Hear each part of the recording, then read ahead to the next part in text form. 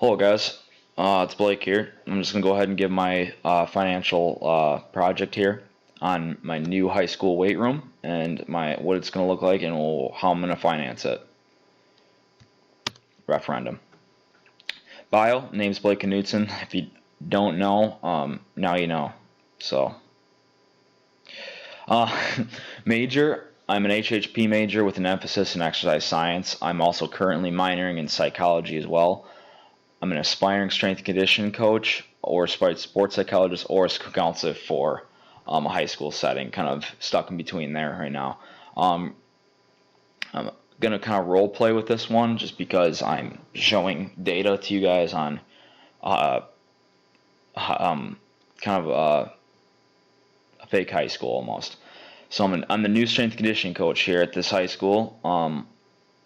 I am CSCS certified, as well as the U.S. weightlifting level 1 certification. Forgive me there. So first things first is my pitch. So first things first is we need a new weight room. Too tight of spaces to work around, as you can see on the right. It's old. We have old, outdated equipment, which this is very much so causes unnecessary injury and safety hazards.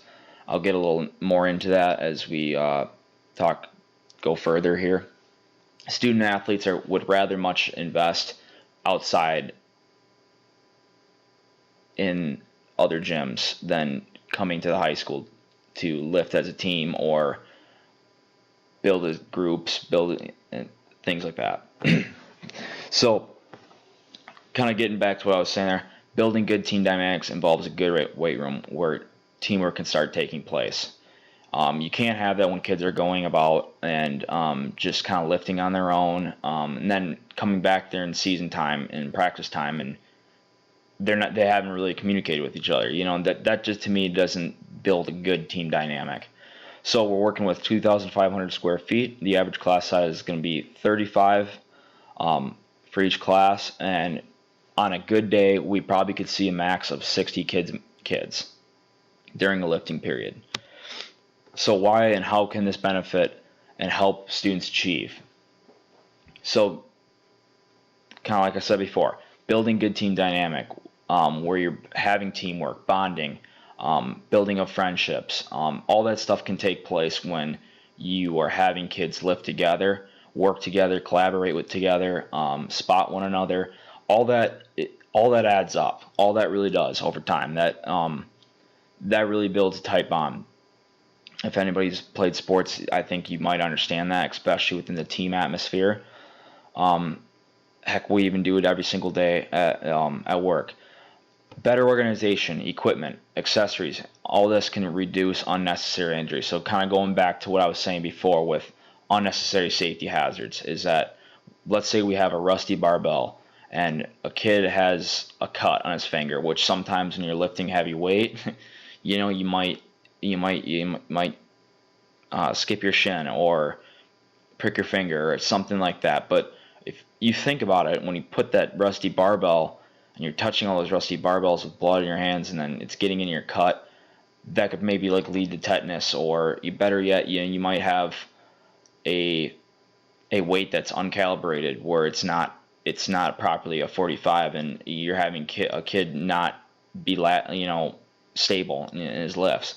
All that can kind of play an effect in a kid's health and well-being. So good strength conditioning doesn't just build strength and athleticism, although it is a great side effect.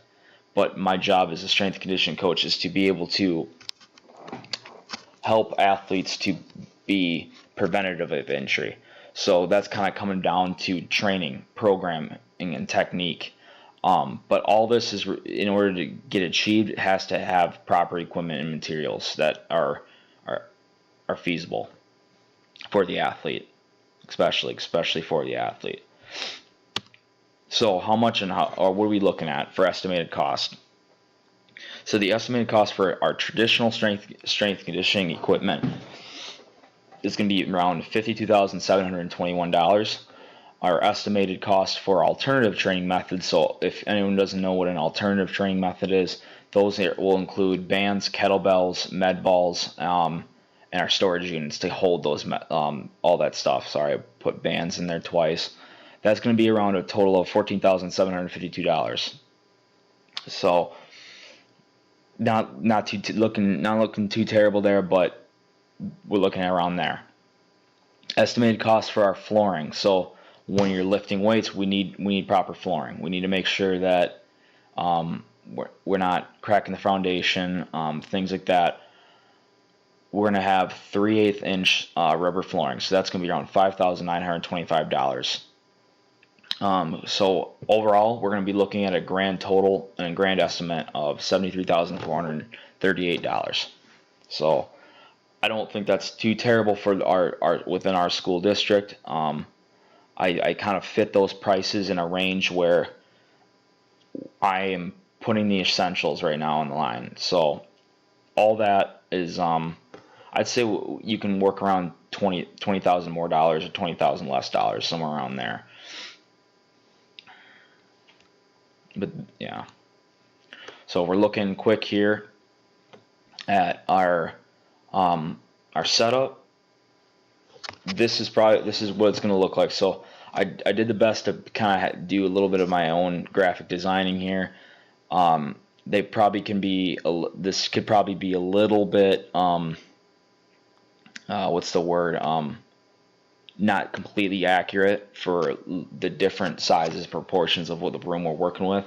I went ahead and made the assumption that we might be working with a 50 by 50 square foot 50 feet by 50 feet room. So if we're looking at that, we're going to have the 4 racks here. You have 4 racks on this side, and then I kind of made it so it's bilateral a little bit, or bilateral, where you almost can cut the room in half, and that to me keeps things the most organized out of all the things I've looked at, where kids can easily put stuff away. Kids can easily take weights back and forth. So we got the ollie racks, where the ollie racks are pretty much for our Olympic lifting, so that's going to be our hang clean, snatch. All that stuff kind of requires us to sometimes literally throw some weight around. So with the platform, we can add a little bit more of a bonus to the flooring to give protect the floor. That's the main key. And then I got the different dumbbells listed. So we got 5 through 50, 55 through 100, and then 105 pounds to about 125 pounds. Most of the kids are going to be working around the weights of 5 to 100. Most athletes. I did decide to get 2 of the 105 through 125 pound dumbbells, just in case we do have pretty couple elite athletes that might start progressing into the heavier side of things there. And then I'm a firm believer in glute ham and reverse hypers for building a posterior chain, because I find that to be one of the more weaker sides of an athlete is their posterior chain.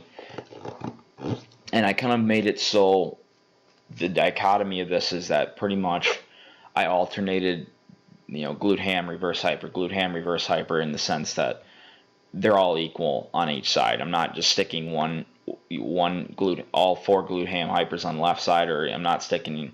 It's to kind of give the even feel throughout. And then I also made a little the storage spot here, where that's pretty much where we're going to host all our med balls and kettlebells, with the big racks, since we do have quite a bit of those. And then I also have band racks up here, and then assault bikes for our certain conditioning phases I might put them through in routines. Lastly here, we'll talk about is the free space for warm-ups, farmers walk, sprints, stretching, and all that good jazz that athletes might be doing before or even after. If after a lift they want a foam roll, do speed ladders if they have them, or things like that. Like that kind of gives them a little free space to work with there.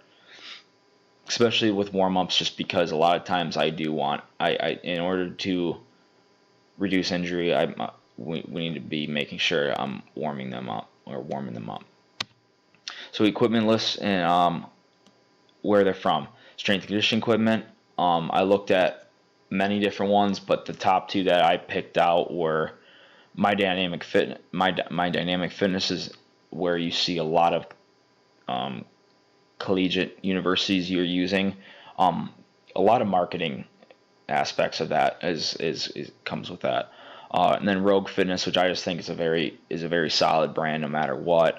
They in fact host the CrossFit Games, which a lot of wear and tear comes about with that type of training. The flooring, I looked at first Home Depot. It's a little bit on the pricey side, and then I found Great Mats, which I felt had the best price and the best bang for your buck in the sense that it's the safest to use. Tax exemption includes free shipping on our racks, barbells, bumper plates, med balls, and at the current moment, which I also think the bands with the package I got with the different assortments of them, I got a deal on that one too. This is just a quick look at my Excel sheet real fast. So it should be kind of split up here a little bit on the totals and the 40-pound kettlebells. So sorry about that. And that's just kind of seeing where it's all going at. So we got all these different assault bikes, Rogue Power Racks, Olympic platforms, how many, what's the cost, all that stuff. And then the flooring too, flooring. So it's $2.37 per square foot. And then I times that by 2,500 square feet, that's what we got right now. So give that a quick look. That looks pretty good. That's also with the bands too. I just a heads up. Bands. The band package I got. You might be wondering why I got 30. I have 30 in the sense that we're going to use that for.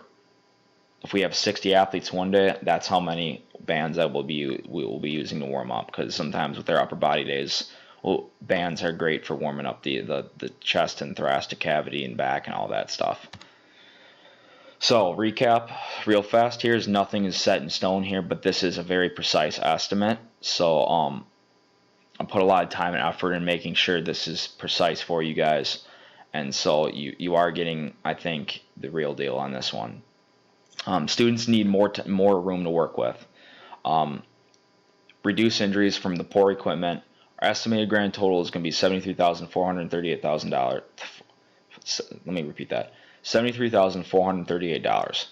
Different company has to see some work taken into consideration. This wasn't just I looked up one company and that's all we're going with. I tried to fit the best within how many kids we got, how big of a school we have, and what's most important at the moment. So if we need extra stuff later, we need extra bumper plates. We can assess that later. But this is the